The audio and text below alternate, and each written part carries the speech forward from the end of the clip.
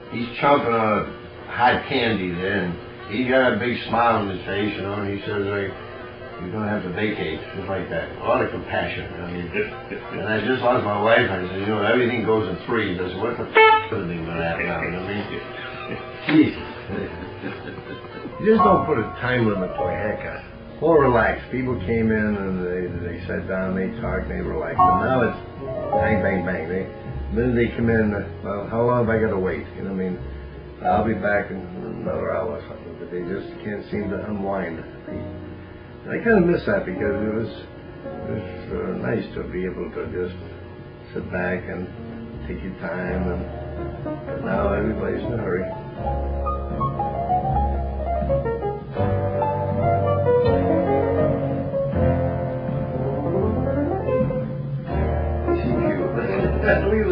Look at the cheeks on that. I always thought the Lord made a mistake when he made the human body anyway. Oh, yeah? He should have put grease fittings on all our joints. When they start to creak, go over the head, put a little grease in his elbow here, will you? Right, yeah. You know, years ago, Bob, a young fella asked the doctor, he says, if I get married, he said, will I live longer? The doctor says, oh no, it just seemed longer. I used to have one guy, when he'd have a real bad day, he'd come over and at those times he'd get what they call the works. That was a haircut, shave, face massage, shampoo, and when he'd come in with a headache and he'd leave cured. And that was really refreshing. People would come back and they'd say to me, gee, that advice you gave me was perfect. I said, I didn't give you any advice. I said, I merely proceeded with this fact that if it were me, this is what I would do, not necessarily you got to do it, because I've never put myself in that position. Matter of fact, many times people would tell me things in the chair that I wish they wouldn't tell me, because if it's, they'll say confidentially, you know, now they go and tell somebody else, and if this happens to get out or something, then they come back and say, well, you blah, blah, blah, you know what I mean? It's a far cry from the old days. The old days, I can remember, it was almost a cardinal sin to say hello to another barber. It was so wrong, you know what I mean?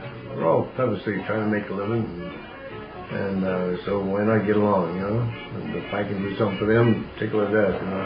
Matter of fact, I had one barber, his barber chair broke down, and I had some extras, so I loaned him one of mine years ago. That would have been a no-no. I saw brother-in-laws not talk to each other across the street. Unbelievable. What, unbelievable. Every guy wasn't supposed to make a living, you know? Yeah, there's no bombs right around. It was a cardinal sin to talk to the other When you barbers. talk to the sister. No. 100 years ago, the barbers never got along, so I know we had about probably 12, 14 barbers in the street, so I don't know how the hell it happened, but I got them all together. And we all agreed to stick together. No more cutthroats, you know? We signed our names, the whole bit. We call it a union. I think Rice is very fortunate. Rice has got his share of good barbers. Yeah, they're all very capable. Who cuts your hair? Well, local barber, he comes down on his day off, and we swap. So I cut his hair, and then I get out and he cuts mine. So you get along very well that way.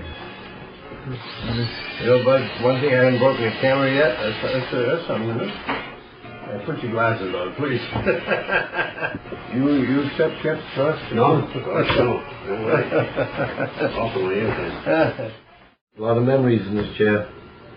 A lot of memories. A lot of wonderful people that's no longer with us who sat in this chair.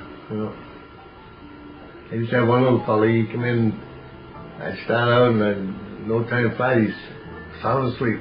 His father used to have to hold his head up while he got his hair. He'd say to his father, he said, I'm not going in there no more, they put me to sleep. It was cute. Because a lot of the mothers are taking their children to the hairstylist with them, and in the future the children will never know what a barber is.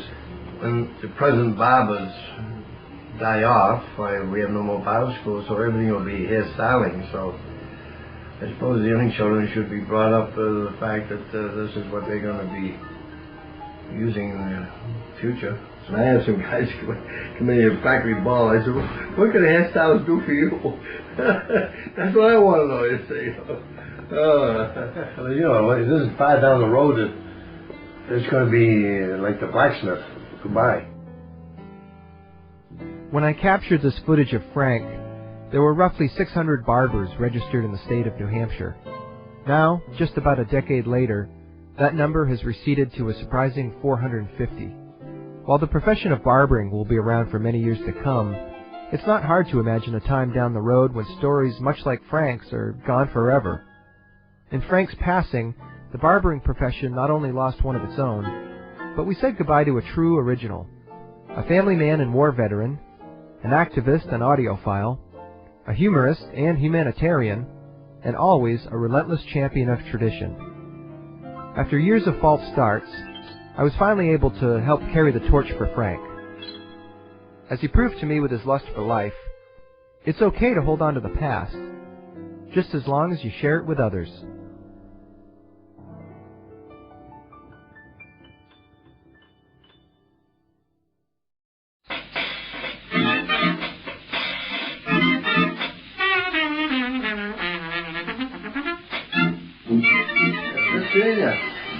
Yeah. Reminisce about the old times? Right. We'll see you again. Good. You know the old saying? I need your head to run my business.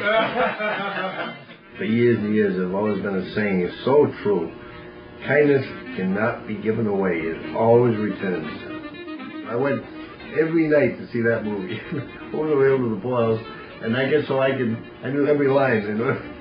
It was a sad one, you know. I can remember as a kid, I used to cry. You still give him $1, and he said, keep the change, I'm lucky to be alive. Oh, that's funny.